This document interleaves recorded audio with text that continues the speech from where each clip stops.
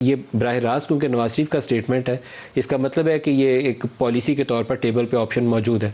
अगर इन्होंने इन दो जजेस के ऊपर जिनका नाम दिया गया जस्टिस उमर अता बंदयाल और इजाजुल हसन साहब, इनके ऊपर रेफरेंस सुप्रीम जुडिशल काउंसिल भिजवाना हो तो उसकी क्या बुनियाद होगी? जैसे आपने क्लैरिफाई कर दिया, मिसकंडक्ट, करप्शन, करप्ट प्रैक्टिसेस, इनके अलावा तो आप नहीं कर सकते कि जी मेरे खिलाफ फैसला दे दिया है तो लिहाजा। और जुडिशल वर्डिक्ट के ऊपर तो वैसे भी रेफरेंसेस नहीं होता। आपने एसेट्स बियॉन्ड मींस को साबित करना है, कोई करप्शन साबित करनी है, करप्ट प्रैक्टिसेस साबित करनी है, कोई मेलाफाइडी साबित करनी है, ऐसी कोई चीज़ें जो करप्शन में। और अगर कोई टैक्स मैटर भी हुआ तो भी अब एफबीआर में, वो तो एफबीआर में अब काजी फाइज वाली जजमेंट में आ गया है, वो उसमें इसमें नहीं अनलेस के करप्शन, मिसकंडक्ट और करप्ट प्रैक्टिसेस एस्टैब्लिश हो जाए और उसकी एविडेंस हो, डॉक्यूमेंट्री एविडेंस हो और ऑथेंटिक हो। और सुप्रीम जुडिशल काउंसिल की कॉन्स्टिट्यूशन क्या होती है, वो कैसे तरतीब कैसे पाती है? चीफ जस्टिस उसका चेयरमैन होता है, chief justice supreme court of, लेकिन जब खुद चीफ जस्टिस के खिलाफ हो तो फिर सीनियर मोस्ट डिस्प्यूट है। इस पे डिस्प्यूट है। इफ्तिखार मोहम्मद चौधरी वाली जजमेंट पर उन्होंने कह दिया था कि जो बाकी जजेस के मुतालिक तो अब ये हो सकता है लेकिन चीफ जस्टिस का मुतालिक नहीं। ये जो सुप्रीम कोर्ट वाली चीफ जस्टिस इफ्तिखार चौधरी ने उसको हेड नहीं किया था, उसको फिर दूसरे जजेस ने हेड किया, चूंकि उसको तो उन्होंने सस्पेंड कर दिया था। जस्टिस भगवान दास और वो जस्टिस जावेद इकबाल, जस्टिस रमदे ने तो जजमेंट दी थी। वो जजमेंट के अंदर लिखा हुआ है कि ये बाकी जजेस के ऊपर तो ये लॉ एप्लीकेबल है,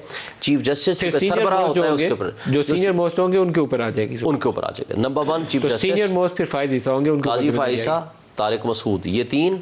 और जो senior most chief justice of the province होते हैं, जिसमें से शेख साहब हैं अली अहमद सिंध के और अमीर भट्टी साहब लाहौर के। जिनको अभी काजी फायजी साहब ने लेटर भी लिखा है जस्टिस मुज़ाहिर अली अकबर के, जी वो जो और जस्टिस तारिक मसूद, 2 खाता है ना वो। ये 5 जजेस का जो है कॉन्स्टिट्यूशन ऑफ ये जुडिशल काउंसिल बन, ये जुडिशल काउंसिल तो वो देखेगी कि मिसकंडक्ट है या प्रैक्टिसेस है या नहीं है। और उसके लिए कोई टाइम फ्रेम होता है नहीं, उसके लिए ये एक है कि प्रेसिडेंशियल रेफरेंस आएगा, एक तरीका है कि एनी अदर पर्सन, किसी के पास भी इंफॉर्मेशन हो तो कोई भी कंप्लेंट फाइल। प्रेसिडेंशियल रेफरेंस का तो ये रूट नहीं इख्तियार करेंगे ना, अली साहब भेजेंगे, तो ये जुडिशल काउंसिल में बराह रास्त जाएंगे। बराह रास्त भी कोई भी शख्स जा सकता है, उसके लिए कोई फेडरल गवर्नमेंट भी अप्रोच कर सकती है और कोई प्राइवेट सिटीजन भी कर सकता है। फेडरल गवर्नमेंट जाएगी तो फिर तो वो थ्रू प्रेसिडेंशियल रेफरेंस जाएगी, कोई प्राइवेट सिटीजन इंडिपेंडेंट पर्सन के तौर पर कोई भी शख्स जा सकता है अपनी जाती हैसियत में, जिसके पास एविडेंस हो, जिसके पास बार काउंसिल्स भी जा सकती हैं, बार काउंसिल भी जाती हैं और जा सकती हैं। क्या आप जाना चाहेंगे?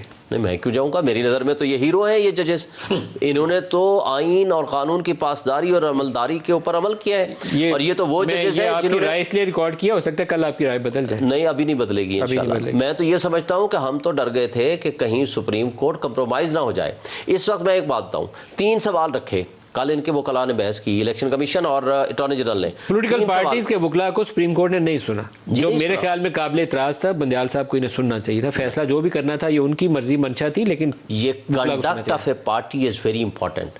जब वो ये कहें कि हमें आपके ऊपर एतमाद नहीं है। इंसाफ का कंडक्ट क्यों अच्छा लगा? नहीं, उनका तो वो तो पटिशनर थे, वो तो आए थे, साइल थे, तो सिर्फ साइल तो कोई सिर्फ उन्हीं का कंडक्ट। उन्होंने कहा है कि हम आप पे मिसट्रस्ट करते हैं या हम आपका बाइकआउट करते हैं। बाइकआउट तो इन्होंने भी नहीं किया ना। बाइकआउट ना करना और मिसट्रस्ट करना एक ही बात है सर। नहीं, ये इंटरप्रिटेशन, मिसट्रस्ट करने का मतलब है कि हम ना आप सुने सुप्रीम ना हम आपके ऊपर एतमाद करते हैं ना आपका फैसला। हमारे चैनल्स के ऊपर ब्रेकिंग टिकर्स चल रहे होते हैं, उन ब्रेकिंग टिकर्स के ऊपर सुप्रीम कोर्ट ऑब्जर्वेशन नहीं दे सकती। ये इफ्तिखार चौधरी के ज़माने में ये बीमारी शुरू हुई थी, माजरत के साथ, बड़ा सख्त लफ्ज़ है, गलत बात है। मैं तो उसको वो हमारे टीवी चैनल्स के टिकर्स देख के तो ऑब्जर्वेशन दिया करते थे, तो मुझे लगा है कि उस बीमारी का असर अभी भी हुआ है। नहीं, मैं बाइकआउट जब तक ऑफिशियली फेडरल गवर्नमेंट जाके कर ना देती तो वो बाइकआउट नहीं था।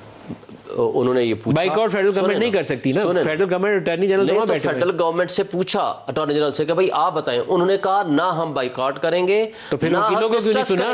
नहीं तो फिर उनको सुना ना फेडरल गवर्नमेंट के नुमाइंदे को। नहीं सर, वकीलों को जो पॉलिटिकल पार्टीज के वकीलों को, दो मुख्तलिफ बातें।